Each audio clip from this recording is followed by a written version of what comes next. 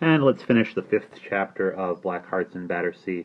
We are at the Cobb's house where Sophie has come to visit Simon, and they caught Jem listening at the door. He got knocked down the stairs, so he is recovering, and we just broke off with Mrs. Cobb kind of telling the history of Justin, the heir to Battersea. "Ah, you're in clover working for her Grace," she declared. "As sweet a lady you'll not find this side of Ticklepenny Corner, poor thing. It's a shame she had no little ones of her own. If she'd had, I'll be bound they'd be worth 20 of that puny little whey-faced lad they call Lord Bakerloo. He's the Duke's nevy, you see," she went on. Like all old retainers, she loved talking about the family. "The Duke's younger brother, Henry, he married his own cousin, and they had Justin, that was born abroad in Hanoverian parts, and sent back to England as a babby when both his parents died. Deary me, it was a sad end, poor young things. And a sad beginning, too. There was a plenty of trouble when they were married." "Why?" asked Sophie. "Because they were cousins, and she was half French and a wild one. Her ma was Lady Helen Bayswater, that's the present Duke's aunt. She fell in love with a French painter, escaped from France in the Revolution they had, and married him in the teeth of her family, as you might say.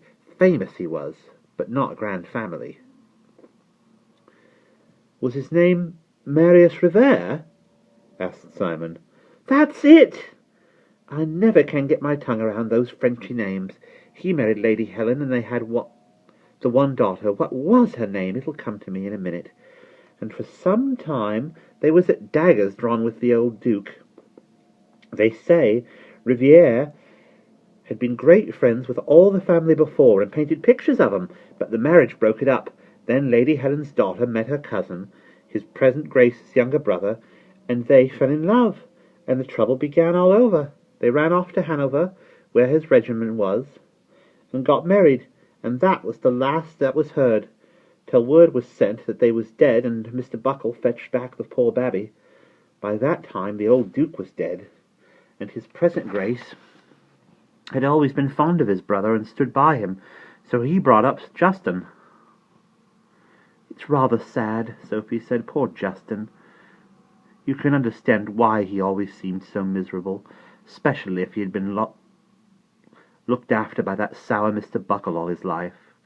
"Do you know," exclaimed Mrs. Cobb, who had been scrutinizing Simon and Sophie as they sat side by side in the window seat, "you two are as alike as two chicks in a nest. I declare you might be brother and sister. Are you related?" They stared at one another in astonishment.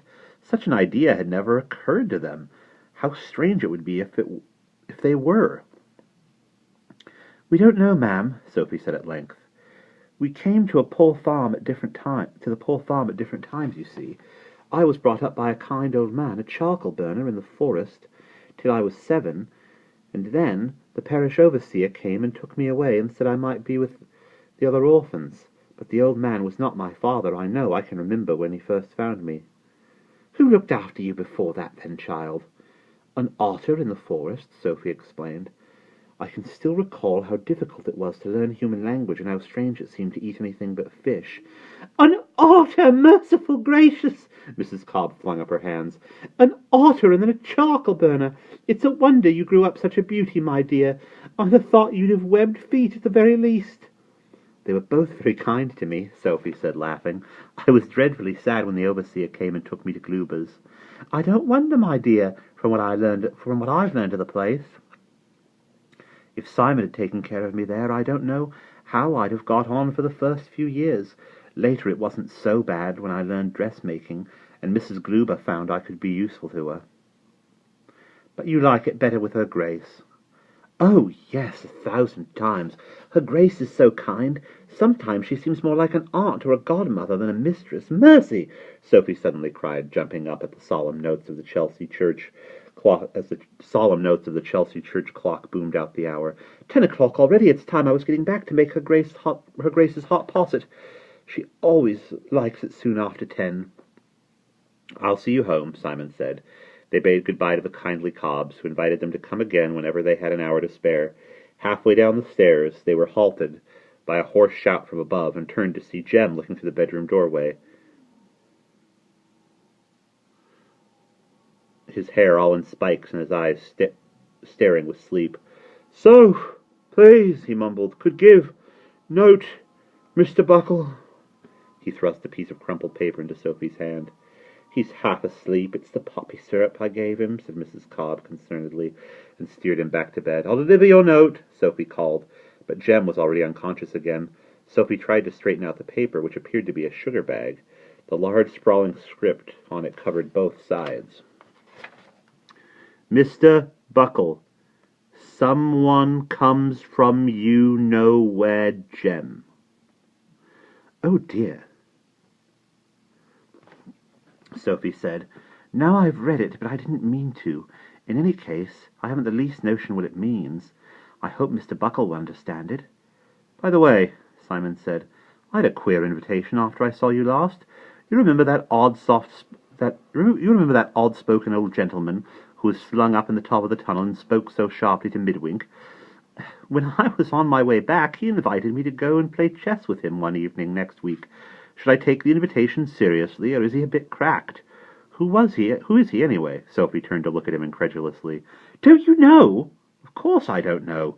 Simon gave her a good-humoured pat on the shoulder. "Don't forget I've only just arrived in London. I'm not such an almanac as you, my bright girl. Who is he, then?" Sophie burst into a fit of laughter which lasted her as far as the servants' entrance to Battersea Castle. "Why," she gasped, wiping the tears of merriment from her eyes, "he's the Duke of Battersea, that's all. Certainly you must keep the appointment. His feelings would be hurt if you didn't." She gave Simon a quick good-night hug, and he heard her laughing again as she ran down the tunnel and out of sight. And that's the end of Chapter 5.